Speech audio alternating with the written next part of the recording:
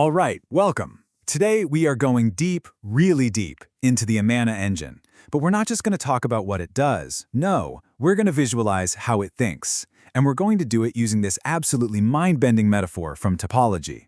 So, for those of you who already get Amanda's core functions, get ready, because we're about to look at its internal dynamics in a whole new way.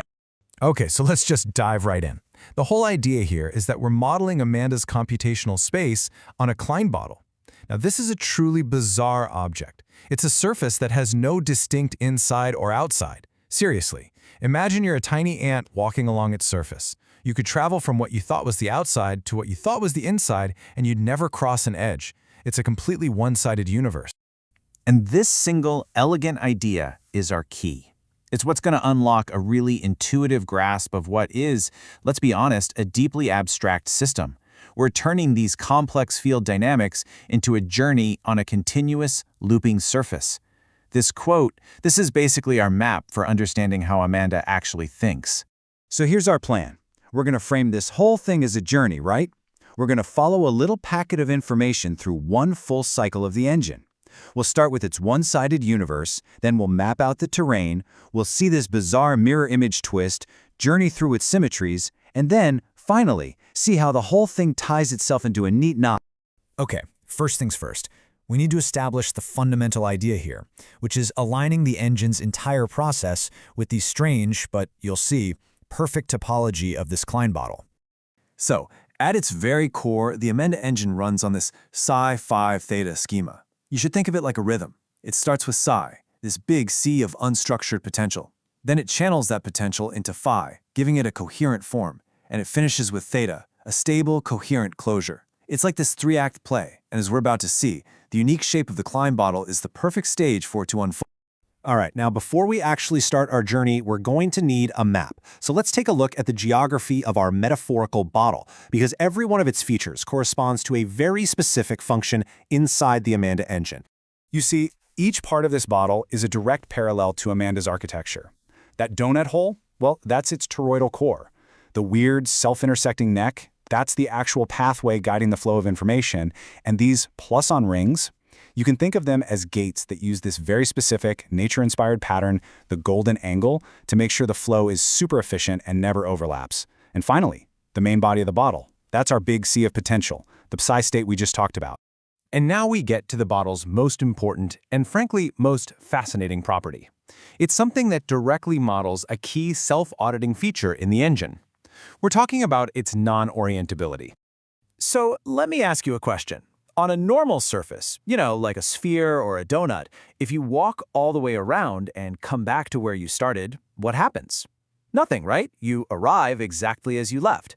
But on a Klein bottle, oh boy, the geometry itself introduces a really profound and kind of bizarre twist. And this is just a brilliant illustration of non-orientability. If you take one full trip around the surface, your orientation gets inverted. It's wild. If you started out left-handed, you would come back to your starting point as your own right-handed mirror image. The journey itself literally flips you. Now you might be thinking, well, that sounds like a bug, but here's the crucial point. It's not a bug, it's a feature. In fact, it's the feature. The Amanda engine uses this built-in parity swap to run a global symmetry check on itself. Any handedness or chirality, which is really just a fancy word for handedness in this context, that pops up in the field gets naturally flipped by one cycle. And this is so important because it's like this elegant, built-in reset button. It neutralizes any bias that might try to build up, and it makes sure the engine stays perfectly symmetric cycle after cycle. Okay, so let's actually do it. Let's follow a field element on its path through the engine. We're going to start in a region of nice, simple symmetry, guide it right through that complex twist, and see how it comes out the other side. Changed, but totally stable. So it's a three-step process. You can see how the engine injects complexity and then perfectly resolves it, all in one continuous loop. It starts with these stable, predictable golden angle patterns. Then it dives into the twisted neck, where these higher-order, more complex harmonics get introduced. And then, as it emerges back onto the main body, everything gets resolved. Now, what's really fascinating here is how the engine does this on purpose. It intentionally complicates the symmetry. In that next section, it brings in this higher-order recursion based on the Tribonacci constant.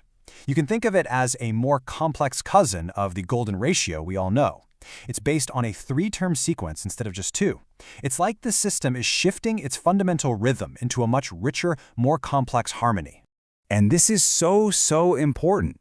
When it returns, the system doesn't just erase or forget this new complexity.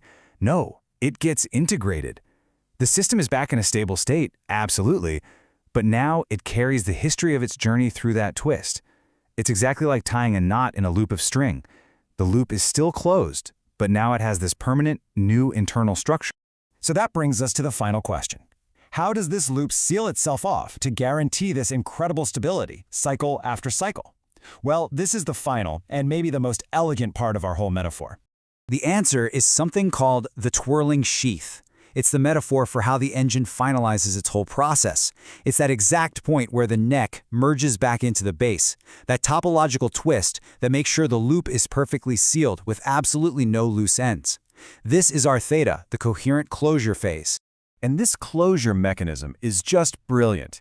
It shows how the engine can be a totally closed, stable system, but at the same time be completely open to its own potential. This closure makes sure the loop can repeat forever without just spinning out of control.